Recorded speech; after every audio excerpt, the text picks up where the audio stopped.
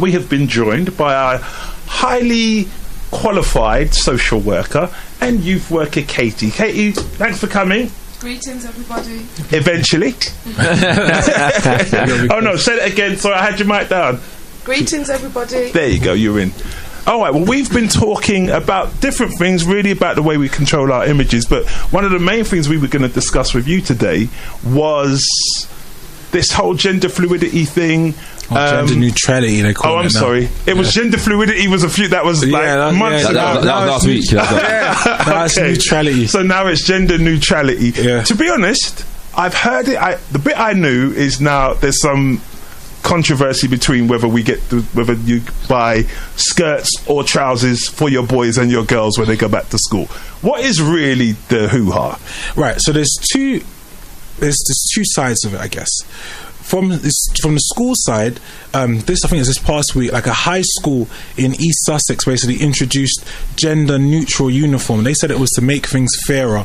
So basically, all the children will be wearing trousers. They've banned skirts and whatnot because they said they want, for it to be fairer for transgender pupils and also to eliminate complaints over the decency of short skirts or whatever. So that's what they said, and it started a bit of controversy because I think Piers Morgan was on TV saying, so like this gender neutrality thing is going too far, like is it going to have to be Joan Lewis now, can't say John Lewis and this and that, okay, because he was taking it somewhere else. Okay. But what people are concerned with is how far is this going, so in terms of now what girls can't wear skirts.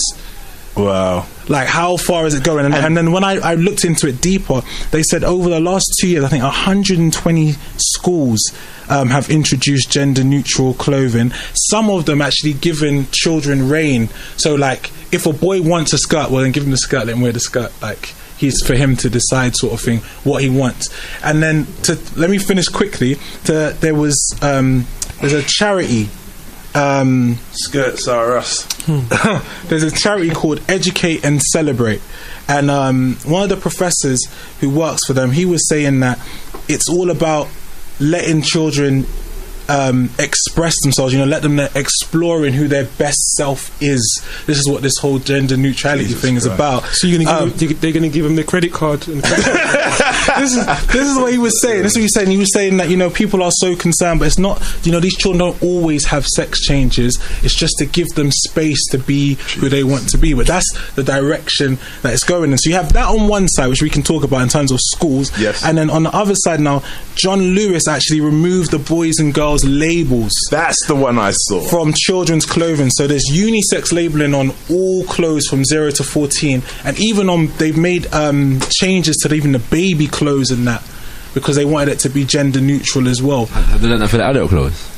No, I don't think it's for adults. It was 0 to 14. Do you know what it brings me back to? It may even have been last week when we was talking with Kay Johnson. But do you remember, David? You were saying when they needed to do something, when they wanted to make changes in the future, they didn't bother with the adults. No, they went straight to the young people and started making changes in the schools to make that's the thing you were talking about with Inception. Yeah. You're planting these seeds because if you think on it, on one side, young people are coming up different now. Like, we just had Stormzy. That's what I forgot to tell you. We had Stormzy calling the Prime Minister a pagan at the awards event. I saw that. I'm like, yo, I'm going to get this guy's album. It's a pretty good album, bro. Brother, I was listening to it this very morning. So big up Mr. Storm. When I heard pagan, I'm like, I like you. You're a nice young man. I'm going to get your album. You're getting a one listen today. I listened to that today. But young people are coming up different.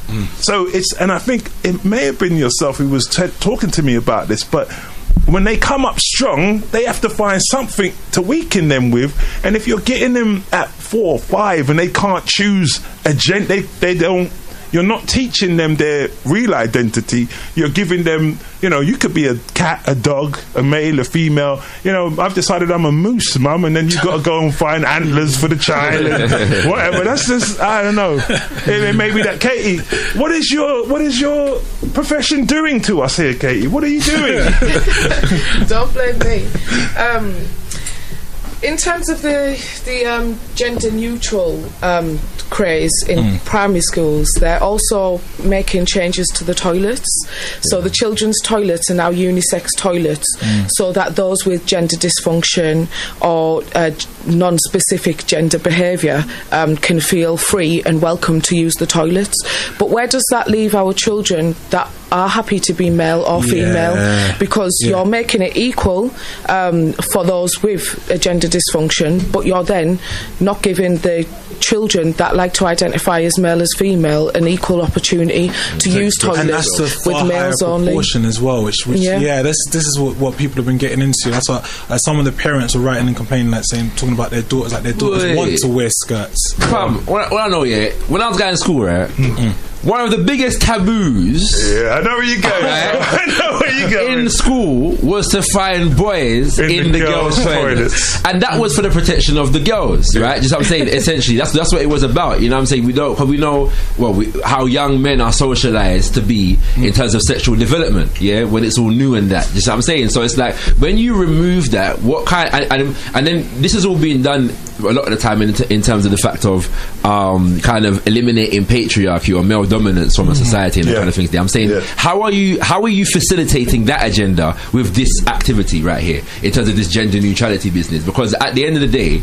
like, there will be men and women who are quote unquote heterosexual, even though I don't like these terminologies, right? But I'm just saying that. So what are you doing here? You're about to get categorized as a heterosexual male, as a threat and as a savage. You're like, oh, so you're not like neutral, fluid. You know, when's the last time you wore a skirt? Well, if you ain't wearing a skirt, something's wrong with you, kind of thing. And like, I'm saying, look, everybody, like I was talking about the free will situation, they could do that. Help me. They could do that, but then. What about those of us who don't want to? Where do we go? This is the thing. It's almost like it's being enforced on people, because that's the thing. There's a difference. Like, I too believe that people should be free. God gave us free will, dude. You know what I mean? You got to do. Everyone's got to make the decision and decide who they are. Fair enough. But then when you're in, it just feels like the more this is happening, the more it's being promoted and stuff. It's like it's being enforced on people. And when it comes to the children now, it's like, you're not even waiting for it to come. Like, you're not saying, okay, this child's dealing with this issue. It's like you're force something on them. Yeah, force something on them. And the other thing, David, I don't know if you wanted to come in on this point, but in the midst of what brother was saying in terms of boys being in the girls' toilets, this is happening at the same time of unlimited pornography and hypersexualization. Like, to me, that's like, for disaster. Oh, let's just open up the toilets, throw gasoline and wood and fire with beer spark and electricity and see what I got. Do you know what I mean? Because the way that it is now, it just beggars belief to what the results of such policy could be. David? Because added to that then, so what about at home if you have boy children and girl children? So then you can't have a boy's room and a girl's room. You'd say your daughter says she wants to be in the room with the son. And they don't, you get me? Where it's going is just utter confusion. I think it's back to the source, because remember, Europe is... Okay, when you say source, that's back natural. To the no, sorry. Back to the source, whereby the source of the Western world and Europeanism, it's just hedonism, it's that madness, and they're trying to get back there and call it logical, so as many of us will go with them as possible. We have 20 seconds before we get to the next year. You hold that point. When we come back, we will be discussing it, but keep it locked here. It's Amiga FM 104.1. We're having a great time on the Talk Black Radio show. My guests are Shakara Bandaka and Katie, who is our what are you? A social worker. You got a master's in social work, don't you? Right, we'll be right back here after these messages. Keep it locked. Amiga Radio 104.1 FM. News and views around your community.